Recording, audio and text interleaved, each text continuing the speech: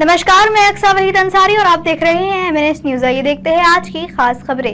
रामपुर में फर्जी encounter, CCTV से लेकर कॉल रिकॉर्डिंग तक, एसपी सहित 11 पुलिसकर्मी दोषी। रामपुर के पूर्व एसपी शगुन गौतम समेत 11 पुलिसकर्मी शराब व्यापारी के फर्जी एनकाउंटर और वसूली के खेल में दोषी पाए गए हैं। डीआईजी मुरादाबाद भलग माथुर ने इस मुठभेड़ की जांच रिपोर्ट शासन को सौंप दी है। सभी पुलिसकर्मियों के खिलाफ विभागीय कार्रवाई होगी। इस जांच रिपोर्ट में रामपुर के आबकारी इंस्पेक्टर की भूमिका भी सवालों के घेरे में बन रही है। एनकाउंटर से वाहवाही लूटकर सुपर कॉप बनने वाले रामपुर के पूर्व एसपी अब फर्जी मुठभेड़ करने के मामले में फंस गए हैं। डीआईजी की जांच में रामपुर के पूर्व एसपी शगुन गौतम समेत 11 पुलिसकर्मी शराब व्यापारी की फर्जी एनकाउंटर और वसूली के खेल में दोषी पाए गए हैं। डीआईजी ने अपनी रिपोर्ट शासन को सौंप दी है। जल्द ही जांच रिपोर्ट के आधार पर दोषी पाए गए पुलिसकर्मियों के खिलाफ कार्रवाई की जाएगी। रामपुर की मिलक थाना क्षेत्र में 6 अप्रैल 2021 को पुलिस ने दावा किया था कि एक टैंकर में 32 लाख रुपए के कीमत की शराब तस्करी कर लाई जा रही थी। तस्करों को पकड़ने के दौरान मुठभेड़ में 3 लोग घायल हुए थे, जिसमें रामपुर का व्यापारी संजीव गुप्ता भी शामिल था, जिसे गिरफ्तार भी कर जेल भेज दिया गया है। संजीव गुप्ता कई महीने से भी जेल से छूटा तो उन्होंने पुलिस के इस एनकाउंटर पर शिकायत करना शुरू कर दिया। अफसरों को सीसीटीवी से लेकर कॉल रिकॉर्डिंग तक सुनाई। मामला मुख्यमंत्री के संज्ञान में आया तो जांच डीआईजी मुरादाबाद से शलभ माथुर को सौंप दी गई। डीआईजी शलभ माथुर ने जांच शुरू की तो सबसे पहले व्यापारी संजीव गुप्ता को बयान लिए बुलाया गया। संजीव गुप्ता ने 4 अप्रैल 2021 की रात 11:30 बजे अपने घर पर लगे सीसीटीवी कैमरे की रिकॉर्डिंग डीआईजी को सौंपी, जिसमें एसओजी की टीम संजीव गुप्ता को घर से ले जाते हुए दिखाई दे रहा है।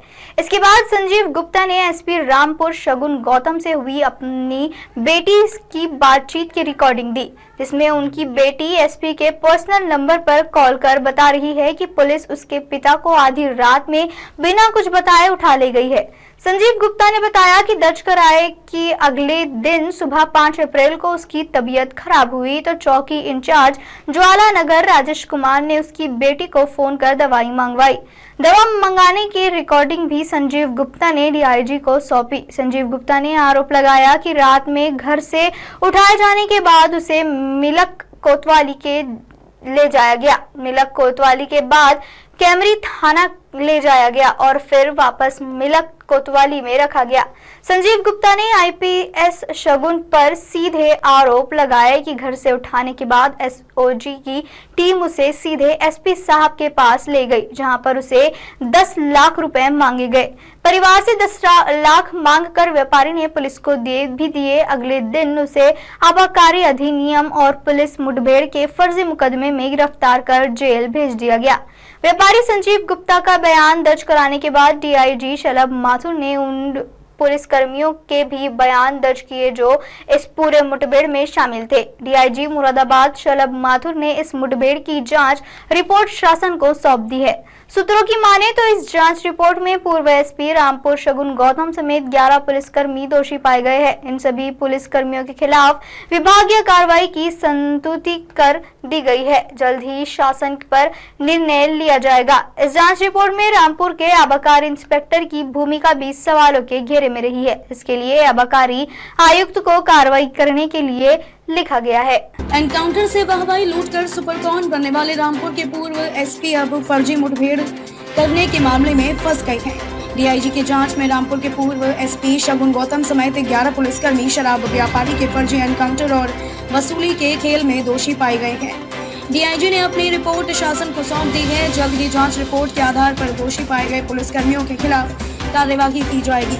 रामपुर के मिलक थाना क्षेत्र में 6 अप्रैल 2021 को पुलिस ने दावा किया था कि एक टैंकर में 32 लाख रुपए की कीमत की शराब तस्करी कर लाई जा रही थी। तस्करों को पकड़ने के दौरान मुठभेड़ में 3 लोग घायल हुए थे, जिसमें रामपुर का व्यापारी संजीव गुप्ता भी था, जिसे गिरफ्तार कर जेल भेज दिया गया था। संजीव गुप्ता कई महीने बाद जेल से छूटे तो उन्होंने पुलिस के इस एनकाउंटर पर शिकायत करना शुरू कर दिया। अफसरों को सीसीटीवी से लेकर कॉल रिकॉर्डिंग तक सुनाई। मामला मुख्यमंत्री के संज्ञान में आया तो जांच डीआईजी मुरादाबाद से शलभ माथुर को सौंप दी गई। डीआईजी शलभ माथुर ने जांच शुरू की तो सबसे पहले व्यापारी संजीव गुप्ता को बयान के लिए बुलाया गया। संजीव गुप्ता ने 4 अप्रैल 2021 की रात 11:30 बजे अपने घर पर लगे सीसीटीवी कैमरे की रिकॉर्डिंग डीआईजी को सौंपी, जिसमें एसओजी की टीम संजीव गुप्ता को घर से ले जाते हुए दिखाई दे रही है। इसके बाद संजीव गुप्ता की एसपी रामपुर शगुन गौतम से हुई अपनी बेटी की बातचीत की रिकॉर्डिंग दी, जिसमें उनकी बेटी एसपी के पर्सनल नंबर पर कॉल कर बता रही है कि पुलिस उसके पिता को आधी रात में बिना कुछ बताए उठा ले गई है। संजीव गुप्ता ने बयान दर्ज कराया कि अगले दिन सुबह 5 अप्रैल को उसकी तबीयत खराब हुई तो चौकी इंचार्ज ज्वालानगर राजेश कुमार ने उसकी बेटी को फोन कर दवाई मंगवाई। दवा मंगवाने की रिकॉर्डिंग भी संजीव गुप्ता ने डीआईजी को सौंपी। संजीव गुप्ता ने आरोप लगाया कि रात में घर से उठाए जाने के बाद उसे मिलक कोतवाली ले जाया गया। मिलक कोतवाली के बाद कैमरी थाने ले जाया गया और फिर वापस मिलक कोतवाली में रखा गया। संजीव गुप्ता ने आईपीएस शगुन पर सीधे आरोप लगाया कि घर से उठाने के बाद एसओजी की टीम उसे सीधे एसपी साहब के पास ले गई, जहां पर उससे 10 लाख रुपए मांगे गए। परिवार से 10 लाख रुपए मांगकर व्यापारी ने पुलिस को दे भी दिए। अगले दिन उसे आबकारी अधिनियम और पुलिस मुठभेड़ के फर्जी मुकदमे में गिरफ्तार कर जेल भेज दिया गया। व्यापारी संजीव गुप्ता का बयान दर्ज कराने के बाद डीआईजी शलभ माथुर ने उन पुलिस कर्मियों के भी बयान दर्ज किए जो उस पूरी मुठभेड़ में शामिल थे। डीआईजी मुरादाबाद शलभ माथुर ने इस मुठभेड़ की जांच रिपोर्ट शासन को सौंप दी है। सूत्रों की माने तो इस जांच रिपोर्ट में पूर्व एसपी रामपुर शगुन गौतम समेत 11 पुलिसकर्मी दोषी पाए गए हैं। इन सभी पुलिसकर्मियों के खिलाफ विभागीय कार्यवाही की संस्तुति कर दी गई है। जल्द शासन इस पर निर्णय लेगा। इस जांच रिपोर्ट में रामपुर के आबकारी इंस्पेक्टर की भूमिका भी सवालों के घेरे में रही, जिसके लिए आबकारी आयुक्त को कार्यवाही करने के लिए रखा गया है। अब आप हमारे चैनल को आपके मोबाइल फोन पर भी देख सकते हैं। मोबाइल फोन पर देखने के लिए प्ले स्टोर से MNS news TV app download करें।